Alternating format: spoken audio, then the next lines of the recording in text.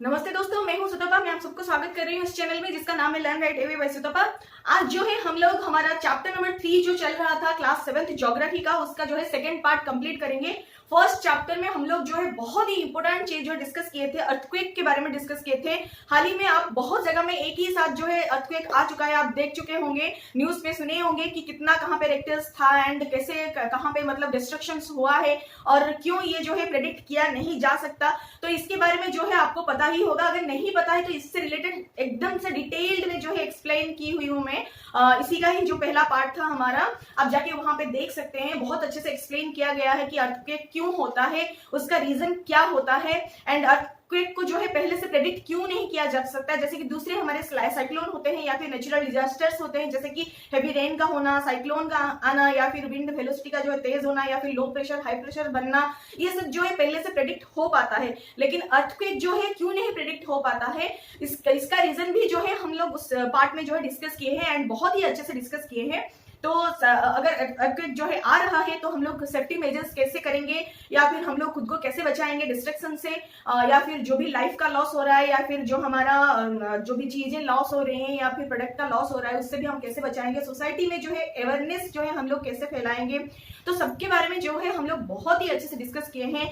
तो जाके आप बिल्कुल देखिए उसको एंड स्वस्थ रहिए, सेफ रहिए। एंड फिर आज का जो पार्ट है ये भी बहुत ही कंसेप्चुअल है एंड ये भी उसी का सेकेंड पार्ट है एंड उससे डायरेक्टली लिंक्ड है। क्योंकि देखिए वो जो था हमारा पहला पार्ट, वो मतलब जिस तरह से हमारा जो धरती के ऊपर जो चेंज हो रहा है, ठीक है, तो आर चेंजिंग अर्थ, ठीक है, ये था हमारा चैप्टर। तो धरती में जो भी चेंजेस हो रहा है, भले ही पल पल चेंज हो ही रहा है, लेकिन वो दो फोर्स के वजह से हो रहा है, ठीक है। एक फोर्स जो है अंदरूनी तौर पे काम कर रहा है या फिर अंदर से काम कर रहा है, ठीक है, जिसको हम लोग बोल रहे हैं इंडोजेनिक फोर्सेस, क्योंकि ये अंदर से जो है काम कर रहा है, अंदर से जो है चेंज कर रहा है, ठीक है। एंड फोर्स जो है अंदर से क्रिएट हो रहा है, जो कि जिसका ओरिजिन की अंदर ही मतलब अर्थ के अंदर से क्रिएट हो रहा है। लेकिन ये जो आज हम लोग पढ़ने वाले हैं, हम एक्सोजेनिक फोर्स के बारे में पढ़ने वाले हैं, ठीक है। तो कुछ ऐसे फोर्स भी होते हैं जो कि अर्थ के ऊपर, हमारे अर्थ के ऊपर जो है लाई करते हैं या फिर एग्जिस्ट करते हैं, जिनके वजह से भी कुछ चेंजेस जो है धरती के ऊपर जो है हमें देखने को मिलता है, ठीक है। तो फिर उस हिसाब से ऐसे क्या चेंजेस होता है, किस तरह से जो है एक्सोजेनिक फोर्स जो है काम करता है। एक्सोजेनिक नथिंग बट आप ऐसे याद रख सकते हैं कि एक्सो मीन्स बाहर, ठीक है, बाहर के एरिया में जो है, जेनिक मीन्स ओरिजिन, ये मैं पहले भी बता दी हूं। तो बाहर एरिया में जिस फोर्स का ओरिजिन हो रहा है उसको हम लोग बोल रहे हैं एक्सोजेनिक फोर्सेस, ठीक है। तो बाहर में फोर्स देने वाले एजेंट क्या होते हैं? बाहर में फोर्स देने वाले एजेंट जनरली हमारा पानी होता है, ठीक है। पानी में हमारा रिवर आ सकता है, सी वेव्स आ सकते हैं, फिर हमारा आइस भी आ सकता है, उसके बाद हमारा विंड भी आ सकता है, ठीक है। पानी में ये तीनों आ सकते हैं, ice, sea waves and river, ठीक है। ये डायरेक्टली हमारा वाटर का ही फॉर्म्स है, डिफरेंट फॉर्म्स है।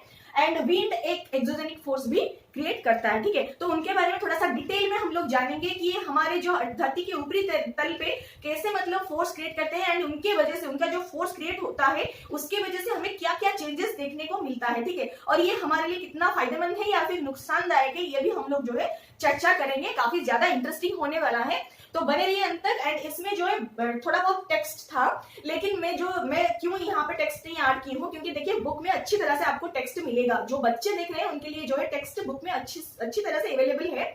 उनको जो है पहले कॉन्सेप्ट जो है समझनी चाहिए। तो पिक्चर में आप एक बार कॉन्सेप्ट अगर क्लियर हो जाते हैं तो आपको टेक्स्ट इतना रटने की जरूरत नहीं है, आपका दिमाग जो है खुद ही टेक्स्ट बना लेगा। आप एकदम से उसको पॉइंट वाइज एक फ्रेम में सिक्वेंशियली जो है अपने ही लैंग्वेज में जो है प्रेजेंट कर लेंगे, ठीक है। एंड जो कॉम्पिटिटिव के लिए प्रिपेयर कर रहे हैं स्टूडेंट्स, वो उन लोगों के लिए तो टेक्स्ट की बिल्कुल जरूरत ही नहीं है। उनके लिए बस कॉन्सेप्ट समझना है एंड की वर्ड्स जो होता है उनको जो है याद रखना है, ठीक है, ताकि जो क्वेश्चन आएगा एग्जाम में तब आपको मल्टीपल चॉइस आंसर में से सही आंसर कौन सा है एकदम से आपको पता चल जाए 4 ऑप्शन में से, ठीक है। तो दोनों ही जगह पे मुझे लगा कि ऑप्शन हमें जो है कॉन्सेप्ट बहुत अच्छे से समझ में आनी चाहिए, बल्कि टेक्स्ट, ठीक है। तो टेक्स्ट जो है आपको खुद से फ्रेम कर मतलब आप कर ही लेंगे जब आपको अच्छी तरह से कॉन्सेप्ट याद होगा। नहीं तो रटने से क्वेश्चन अगर थोड़ा सा घुमा दिया जाएगा तो आप उसका आंसर जो है प्रेजेंट नहीं कर पाएंगे, ठीक है। तो कॉन्सेप्ट बहुत ही मायने रखता है। चलिए कॉन्सेप्ट एक एक करके देख लेते हैं किससे क्या चेंजेस जो है हमारे अर्थ पे होता है, ठीक है। तो पहले आता है रिवर।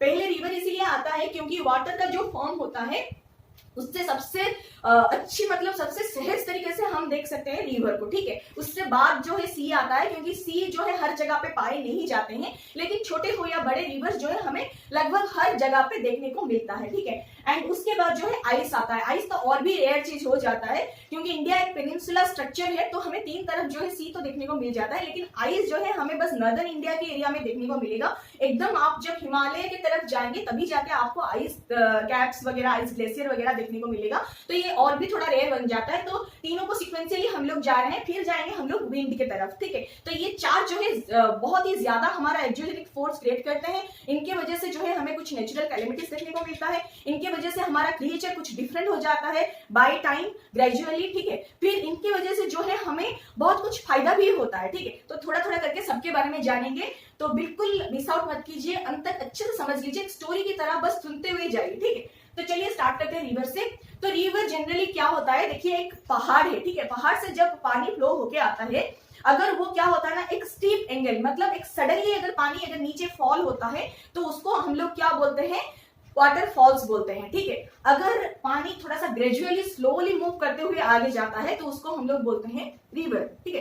तो अगर ग्रेजुअली फॉल होता है, अगर सडनली फॉल होता है एकदम स्टीप एंगल में, एकदम कटिंग वाला एंगल आप देखेंगे तो उसको वहां पे जो है हमें वाटरफॉल देखने को मिलेगा, ठीक है। अगर स्लोली धीरे से वो पहाड़ से जो है बहता हुआ आ रहा है एंड लैंड मास के ऊपर भी वो बहता हुआ आगे जा रहा है, तो उसको हम लोग बोल रहे हैं रिवर, ठीक है।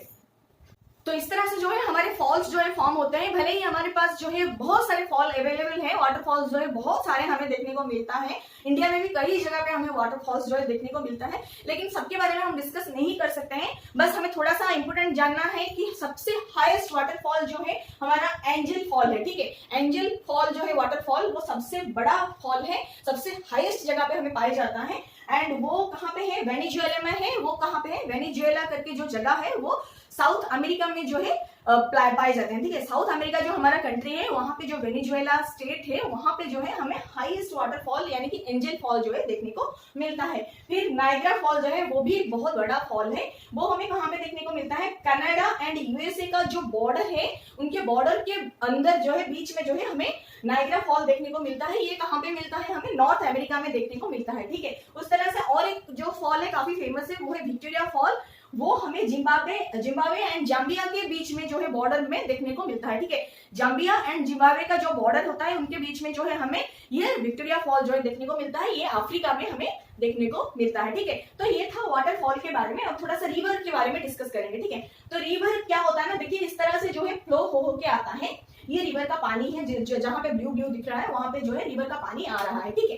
तो जिस तरह से पानी आ रहा है, इस तरह से पानी कभी सीधा बहता हुआ नहीं आता है, ठीक है। वो थोड़ा सा टेढ़ा मेढ़ा करके आता है, जिस तरह सांप चलते हुए जाता है ना, उस तरह से जो है पानी भी बहता है, ठीक है। तो वो जो कर्व पाथ ले लेके आगे बढ़ता है, उसको हम लोग एक एक कर्व पाथ को हम लोग बोलते हैं लूप, ठीक है। तो हर एक लूप में जो है वो दोनों साइड जो है थोड़ा सा डिपोजिट करते रहता है। एंड जब वो बहते हुए ऊपर से आता है, कुछ इरोड करके लेके आता है, कुछ जो है एक्सट्रैक्ट करके, कुछ इरोड करके, कुछ इरोजन हो के उसके साथ जो है पानी के साथ जो है आता है। एंड वो क्या होता है ना, उसके लूप के दोनों साइड जो है, अंदर की साइड एंड बाहर की साइड, दोनों साइड जो है थोड़ा थोड़ा होके डिपोजिट होने लगता है, क्योंकि जनरली लूप में जो है पानी बेंड होता है एंड फिर आगे बढ़ता है। तो वहां पे पानी का फ्लो जो है थोड़ा सा स्लो हो जाता है, एंड वहां पे जो डिपोजिट होना चाहिए पानी में जो बहते हुए आता है थोड़ा सा डिपोजिट हो जाता है, फिर पानी जो है आगे बढ़ने लगता है, ठीक है। तो उस हिसाब से दोनों साइड जो है हमें थोड़ा थोड़ा डिपोजिशन जो है मिलते हुए जाता है। एंड बाय टाइम ये जो डिपोजिट होने लगता है ग्रेजुअली, ये क्या होता है ना, बहुत ज्यादा हो जाता है डिपोजिशन, ठीक है। तो यहाँ पे मान लीजिए आप देखेंगे यहाँ पे डिपोजिट हो गया तो ज्यादा, एंड बाहर की तरफ एक लूप में भी जो है डिपोजिट हो गया। तो ये डिपोजिट होते होते क्या होता है ना, ये जो एक लूप यहाँ पे खत्म हो रहा है, दूसरा लूप जो है ये टर्निंग के बाद स्टार्ट हो रहा है, इसके अंदर अगर डिपोजिशन हो के क्या होता है ना, जो पानी का धार आ रहा है इसको ये लोग क्या करते हैं ना, पतला कर देते हैं, ठीक है। तो अगर यहाँ पे ये पतला हो जाता है, डिपोजिशन जो है ज्यादा हो जाता है, तो ये क्या होता है, ऊपर में जो मतलब पानी का जो लाइन आ रहा है उसके एग्जैक्टली ऊपर जहाँ पे मिट्टी होगा, डिपोजिशन होगा, एंड ये जो दोनों जो लूप का जो टर्निंग के अंदर जो डिपोजिशन एंड फिर यहाँ पे जो डिपोजिशन, ठीक है। तो तीनों क्या होता है ना, जॉइंट हो जाते हैं, एंड ये जो रिवर का धार जो है पतला हो जाता है, वहां से जो है ये डिस्कनेक्ट हो जाता है, ठीक है। तो डिस्कनेक्ट हो जाने के बाद ये क्या होता है ना, थोड़ा सा पानी जो है यहाँ पे रहता है, वो वाला पोर्शन यानी कि लूप का जो टर्निंग वाला पोर्शन है वो यहाँ से जो है अलग हो जाता है, एंड इसके दोनों तरफ जो है हमें थोड़ा थोड़ा डिपोजिशन जो है देखने को मिलता है। वो इसलिए देखने को मिलता है क्योंकि देखिए ये लूप का टर्निंग पॉइंट था, ठीक है। ये लूप का अगर टर्निंग पॉइंट था तो यहाँ पे जो है मान लीजिए यहाँ पे थोड़ा सा डिपॉजिट हो गया, यहाँ पे थोड़ा सा डिपॉजिट हो गया एंड यहाँ पे थोड़ा सा डिपॉजिट हो गया, तो ये पानी का धार जो है धीरे धीरे करके पतला होने लगा एंड यहाँ से जो है ये कट हो गया। ठीक है, कट हो जाने के बाद आपको क्या मिला, यहाँ पे जो डिपॉजिट था वो तो था ही, फिर यहाँ पे बाहर की तरफ भी डिपॉजिट था, तो ये दोनों साइड हमें डिपॉजिट मिल गया एंड अंदर थोड़ा सा हमें पानी मिल गया, तो ये एक लेक का फॉर्म होता है। ठीक है, अगर कोई भी वाटर बॉडी के चारों तरफ आपको अगर लैंड मासेस दिख रहा है तो उसको हम लोग बोल रहे हैं लेक। ठीक है, अगर तीन साइड दिख रहा है तो उसको हम लोग बोल रहे हैं पेनिनसुला, चारों तरफ दिख रहा है, दिखने को मिल रहा है तो उसको हम लोग बोल रहे हैं लेक। तो ये क्या होता है ना, लेक फॉर्म हो जाता है। तो इस टाइप से जब लेक फॉर्म होता है उसको हम लोग क्या बोलते हैं, ऑक्सबो लेक बोलते हैं। ठीक है, एंड ये जो डिपॉजिट होता रहता है लूप में दोनों तरफ उसको हम लोग बोलते हैं मिएंडर। ठीक है, तो लूप जब कट होकर मतलब लूप जब आगे बढ़ता है पानी तो लूप फॉर्म करते हुए जाता है, तो लूप के अंदर जो डिपॉजिट होते हुए जाता है बाय टाइम उसको हम लोग बोलते हैं मिएंडर। ठीक है, और जब नदी में बाढ़ आता है तब क्या होता है ना, चारों तरफ जो है एक फर्टाइल सॉइल का जो है डिपोजिशन नदी जो है छोड़ देता है, उसको हम लोग बोलते हैं फर्टाइल प्लेन्स बाय फ्लड। ठीक है, एंड ये जो एग्जैक्टली नदी के बगल वाला जो जमीन होता है थोड़ा सा फ्लैट होता है एंड उससे थोड़ा सा दूर अगर आप जाएंगे तो ये जो डिपॉजिट होता है ना, अगर मान लीजिए पहली बार कहाँ पे फ्लड आ रहा है, ठीक है, तो फ्लड से जो है एक तरह से मिट्टी जम गया, दूसरी बार जब फ्लड आएगा वो क्या करेगा, वो पानी जो है साइड वाला जो फ्लड का जमीन था उसको जो है धकेल देगा पीछे की तरफ एंड अभी फ्रेश जो फ्लड का डिपॉजिट आ रहा है वो वहां पे डिपॉजिट हो जाएगा एकदम से सटक के नदी के पास। ठीक है, और जो पास में था वो धकेलते हुए बाहर जाएगा, आउटर लेयर की तरफ जाएगा, दूर तक जाएगा। ठीक है, तो उसके ऊपर फिर फर्स्ट टाइम का डिपॉजिट तो रहा ही है, अभी दूसरे टाइम का जो डिपॉजिट आ रहा है वो धकेल के पीछे ले रहा है, उसके ऊपर फिर से डिपॉजिट कर रहा है, तो वो साइड वाला जो एकदम से बगल वाला जो होता है वो थोड़ा सा कम डिपॉजिट लेता है क्योंकि ये फ्रेश है,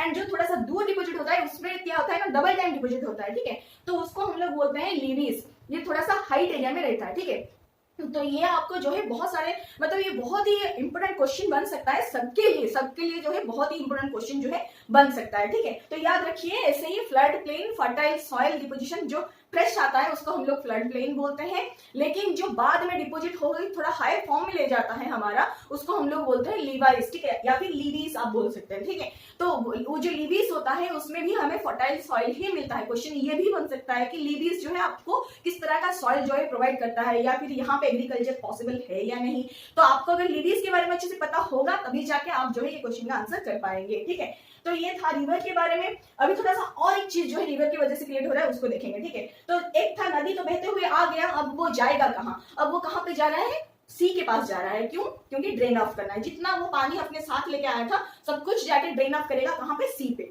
ठीक है, तो सी में जब ड्रेन ऑफ करेगा एकदम जब सी जो है पास हो जाता है वहां का आसपास जो एरिया रहता है उस टाइम जो है नदी एकदम से स्लो हो जाता है, नदी का फ्लो जो है एकदम से स्लो हो जाता है एंड नदी का वाटर जो है एकदम से चौड़ा हो जाता है। ठीक है, चौड़ा जो है जगह मतलब वो एक्वायर कर लेता है एंड वहां पे जो है नदी का मतलब पानी जो है डिस्ट्रीब्यूट होने लगता है छोटे छोटे करके स्रोत में, छोटे छोटे धार में जो है डिस्ट्रीब्यूट होने लगता है एंड सभी धार जो होता है सभी में नदी का पानी बहते हुए जाके सी में मिलते हैं। ठीक है, तो वो कुछ इस टाइप का होता है। आप यहाँ पे देख सकते हैं कि ये जो मेन रिवर हमारा आ रहा था ये लैंडमास होता है, यहाँ पे नदी के आसपास जो होता है बालू रेत ही होते हैं। ठीक है, और यहाँ पे नदी जो है छोटे छोटे नदी धार में जो है मतलब डिस्ट्रीब्यूट हो जाता है, इसको हम लोग बोलते हैं डिस्ट्रीब्यूटरीज। ठीक है, मेन नदी से जो है डिस्ट्रीब्यूट होके वाटर जो है सी तक जाता है तो हम लोग इसको बोलते हैं डिस्ट्रीब्यूटरीज। ठीक है, तो यहाँ पे जो है देखिए ऐसे ऐसे फैलता हुआ गया एंड सब जो है फिर फैलते हुए जाके सी में जो है मिल रहे हैं। ठीक है, तो यहाँ पे एक ट्राइंगुलर वर्सन में जो है हमें एक फर्टाइल एरिया जो है मिलता है, काफी स्वम्पी एरिया जो है मिलता है, इसको हम लोग बोलते हैं डेल्टा। ठीक है, तो ये जो डेल्टा है काफी ज्यादा मतलब घना जंगल भी रहता है, यहाँ पे सुंदरी ट्री जो होते हैं हमारा सुंदरबन डेल्टा जो है वेस्ट बंगाल के पास जो है क्रिएट हुआ है by the deposition of Ganga and Brahmaputra. आप देखे होंगे वो जो डेल्टा है बहुत ही बड़ा डेल्टा है, वहां पे हमें सुंदरी ट्रीज जो है देखने को मिलते हैं, इसी की वजह से उसका नाम जो है सुंदरबन रखा गया है, वो भी एक डेल्टा है। आप उसके बारे में और भी अच्छे से देख सकते हैं, गूगल पे देख सकते हैं या फिर यूट्यूब में जाके देख सकते हैं। ठीक है, तो वहां पे हमें डेल्टा जो है फॉर्म होता है एंड बाद में रिवर जो है सारा वाटर जो है ड्रेन ऑफ कर लेता है सी में। ठीक है, तो डेल्टा में हमें डिस्ट्रीब्यूटरीज भी देखने को मिलते हैं। तो ये हमारा एक और जो है एक्सोजेनिक फोर्स की वजह से रिवर का और एक क्रिएचर हम लोग देख लिए। ठीक है, फिर आता है सी वेव्स, यानी कि सी में क्या क्या मतलब हमारा मूवमेंट्स था, हम लोग इसके बारे में पढ़े थे कि सी में जो है वेव रहता है, सी में जो है करंट रहता है, सी में जो है टाइड्स रहता है। ठीक है, तो ये जो वेव के बारे में आज थोड़ा सा हम लोग डिस्कस करेंगे। तो वेव जो होता है, सी वेव जनरली कैसे होता है कि लहर जो है एक बार आके चला जाता है तो दोबारा फिर आता है, फिर तीसरी बार आता है, इसे कंटिन्यूअली जो है ये प्रोसेस चलता हुआ रहता है। ठीक है, तो बार बार अगर कहीं पे जो है सी का जो लहर आके मतलब लगता है, चोट देता है, तो वहां पे क्या होता है ना, थोड़ा थोड़ा थोड़ा थोड़ा करके इरोड होने लगता है, चाहे वहां पे कुछ भी हो, लैंडमास हो या फिर रॉक हो या फिर पहाड़ हो या फिर पत्थर हो, चाहे कुछ भी हो, वो धीरे धीरे बाई टाइम जो है इरोड होता हुआ जाता है। ठीक है, तो उस हिसाब से मान लीजिए सी के अंदर एक पहाड़ था, वहां में जो है लहर जो है हर टाइम ऐसे जो है चोट देता है। ठीक है, जाके वहां पे धक्का होता है, तो फिर क्या होता है, थोड़ा सा कैविटी जैसे बनने लगता है पहाड़ में। ठीक है, तो जो कैविटी जैसे बनने लगता है, कैविटी देखे होंगे आप, डेंट मतलब हमेशा हमारा जो टूथपेस्ट का एडवर्टाइजमेंट आता है, हर टूथपेस्ट एडवर्टाइजमेंट में आप देखे होंगे टूथ कैविटीज वो लोग दिखाते हैं। ठीक है, कैसे टीथ में हमारे कैविटीज हो जाते हैं, मतलब इरोड हो के एक ब्लैक एरिया दिखने लगता है, फिर वो जो है कैविटी हो जाता है, एक हलो सरफेस क्रिएट करता है, फिर वहां पे जो है फिर एकदम से दांत जो है टूट जाता है, बाद में बहुत ज्यादा मतलब बड़ा होने से कैविटी का दांत जो है एकदम वीक हो जाता है एंड जो है टूट के एकदम से बिखर जाता है, खंड खंड होके बिखर जाता है ना। तो उस हिसाब से जो है पहाड़ में जब भी कंटिन्यूअली जब मतलब लहर जब जाते हैं, वहां पे जो धक्का लगता है, तो बार बार लहर का धक्का लगने से वहां पे जो है कैविटी टाइप का फॉर्म होता है, एंड वो जो कैविटी फॉर्म होता है उसको हम लोग बोलते हैं सी केव। ठीक है, क्योंकि ये सी के मूवमेंट वेव की वजह से जो है फॉर्म हो रहा है, तो उसको हम लोग बोलते हैं सी केव। फिर ये जो सी केव जो है बहुत, अगर कैविटी जो है फॉर्म हो गया, बहुत ज्यादा गहरा हो गया एंड दोनों तरफ से जो है अगर पानी का लहर जो है आके इरोड कर रहा है, टच कर रहा है या फिर धक्का दे रहा है फोर्स के साथ, तो वो जो है दोनों तरफ अगर धक्का देते हुए कैविटी जो है एकदम से हो के क्या होता है ना, एकदम खत्म हो जाता है, उस एरिया का जो है पहाड़ जो है एकदम से खत्म हो जाता है, यहाँ पे होल जैसे क्रिएट हो जाता है। ठीक है, तो उसको हम लोग क्या बोलते हैं, सी आर्च। ठीक है, क्योंकि नीचे वाला तो पत्थर पहले ही वो मतलब इरोड हो जाएगा, फिर सराउंडिंग वाला जो पत्थर है वो थोड़ा थोड़ा थोड़ा थोड़ा करके इरोड हो के एक आर्च टाइप का स्ट्रक्चर जो है फॉर्म होता है, क्योंकि यहाँ पे कैविटी होता है, कैविटी नेचुरली राउंड सरफेस ही होता है, राउंड स्ट्रक्चर ही होता है, तो ये जो है राउंड हो के ये क्या हुआ ना, फिर कैविटी बना, फिर कैविटी जो थोड़ा सा ज्यादा मतलब जब डीप में बन जाता है, तो वो क्या होता है ना, कंप्लीट इरोजन हो जाता है, तो वहां पे जो है हमें हलो स्ट्रक्चर देखने को मिलता है, तो उसको हम लोग बोलते हैं सी आर्च। ठीक है, फिर आता है, ऐसे मान लीजिए ये सी आर्च हुआ था, ये जो मतलब खाली एरिया था, ये मतलब बढ़ते हुए एकदम पहाड़ के ऊपर की तरफ तक चला गया। ठीक है, तो कट हो या जो हॉलो जगह था हमारा, ये ऊपर के लेयर तक जो है बढ़ते हुए चला गया एंड ऊपर तक जो है पहुंच गया। पहुंचने से क्या होगा, ये वाला पत्थर का जो टुकड़ा है सेपरेट हो जाएगा एंड दूसरा वाला पत्थर का जो लेयर है वो जो है सेपरेट हो जाएगा। ठीक है, तो ये टुकड़ा एंड ये टुकड़ा जो है दोनों सेपरेट हो गए, तो सेपरेट होने के बाद हमें और एक जो है पत्थर का पार्ट मिल रहा है, तो उसको हम लोग बोल रहे हैं स्टार्क। ठीक है, उस हिसाब से कोई पत्थर में अगर पहले सी केव्स देखने को मिलता है, फिर आता है सी आर्च होने के बाद वो जो है सी आर्च थोड़ा सा बड़ा हो रहा है एंड बाद में जाके वो एक्सटेंड हो के पत्थर का ऊपरी लेवल तक जाता है एंड पत्थर को जो है डिटैच कर देता है अपना जो है मदर फॉर्म से। ठीक है, तो उसको हम लोग बोल रहे हैं जो छोटा वाला पत्थर जो कि सेपरेट हो गया by formation of sea arch after a long time और लॉन्ग ड्यूरेशन, उसको हम लोग बोल रहे हैं स्टार्क। ठीक है, तो ये तीन जो है हमारा मेन इंपोर्टेंट कंसेप्ट जो है हमें समझनी थी। बाय सी वेव्स जो हमारा एक्सोजेनिक फोर्स क्रिएट हो रहा है, उसके वजह से हमारा क्या चेंज जो है देखने को मिलता है, ये तीन हमें थोड़ा सा समझनी थी। फिर हम देखेंगे अभी आइस के बारे में। तो आइस जनरली हमें हाईएस्ट माउंटेन में जो है देखने को मिलता है, माउंटेन के चारों तरफ जो है ग्लेशियर का हमें जो है स्रोत देखने को मिलता है। ये ग्लेशियर जो है मतलब आइस का ही फ्लो होता है, वो काफी ज्यादा अपने साथ जो है वेरिंग करके जो है लेके आते हैं। रॉक का टुकड़ा, बहुत बड़े बड़े रॉक का टुकड़ा भी ये लोग ले आते हैं, क्योंकि इनमें जो है पानी के साथ बर्फ भी मिला हुआ रहता है, बर्फ जो है काफी स्ट्रॉन्ग रहता है, तो वो जब धक्का देते हुए एकदम से इरोड करके लाता है ना, तो पहाड़ से जो है बहुत बड़े बड़े पत्थर भी आ जाता है, जिसको हम लोग बोलते हैं लैंडस्लाइड। ठीक है, तो उसको हम लोग फिर जो है जो डिपोजिट जो इरोड हो के आ रहा है, वो जाके कहीं ना कहीं डिपोजिट होना ही वाला है। ठीक है, तो जहां पे डिपोजिट होगा उसको हम लोग बोल रहे हैं ग्लेशियल मोराइनर्स। ठीक है, तो ग्लेशियल मोराइनर जो हम लोग बोल रहे हैं, ये एक्चुअली ग्लेशियर के द्वारा ही डिपोजिट हुआ है। ठीक है, तो ग्लेशियर की वजह से जो भी पत्थर का टुकड़ा वगैरह जो भी मतलब इरोड होके आया था आइस एंड पानी के बहाव से, वो जो है डिपोजिट होके जो है हमें ग्लेशियल मोराइन्स फॉर्म करके देता है। ठीक है, तो ये ग्लेशियल मोराइन जनरली हमें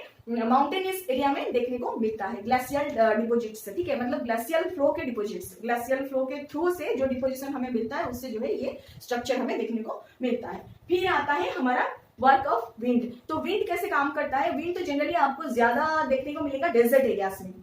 तो डेजर्ट एरिया में आप अगर कभी गए होंगे या फिर कभी कुछ उसके रिलेटेड मूवीज या फिर कुछ वीडियोस देखे होंगे तो आप वहां पे देखे होंगे बहुत दूर दूर तक छोटे छोटे माउंटेन्स ही आपको दिखेंगे, जिनका ऊपरी लेयर जो है बहुत ही मतलब राउंड सरफेस टाइप का होगा एंड नीचे वाला जो स्ट्रक्चर है वो दोनों साइड से जो है कट होके एक मशरूम टाइप का स्ट्रक्चर जो है फॉर्म कर लिया होगा। ये जनरली किस वजह से होता है, ये विंड का फ्लो होता है जिसकी वजह से ऐसे होता है। ठीक है, तो डेजर्ट में क्या होता है ना, जब विंड जो है बहुत ही स्पीड से बहता है तो उसके साथ जो है बालू रेत भी जो है उड़ के आते हैं। जितने दूर तक स्ट्रांगली ये हवा के साथ, मतलब हवा जितना दूर जाता है हवा के साथ ये भी जाते हैं, उनके मतलब पाथ में जो कुछ भी आता है उनसे भी ये जो टकराते हैं उसकी वजह से जो है इरोड होता है, सारा चीज जो है इरोड होता है। ठीक है, एंड ये पानी सॉरी ये जो है एयर के साथ एकदम बहते हुए जाते हैं, उड़ते हुए जाते हैं एंड जहां पे एयर जो है स्टॉप हो जाता है यानी कि स्टिल हो जाता है वहां पे जो है एकदम से ये बालू रेत सब एक जगह पे गिर जाते हैं, तो वहां पे जो है ड्यून्स का फॉर्म होता है। ठीक है, बालू का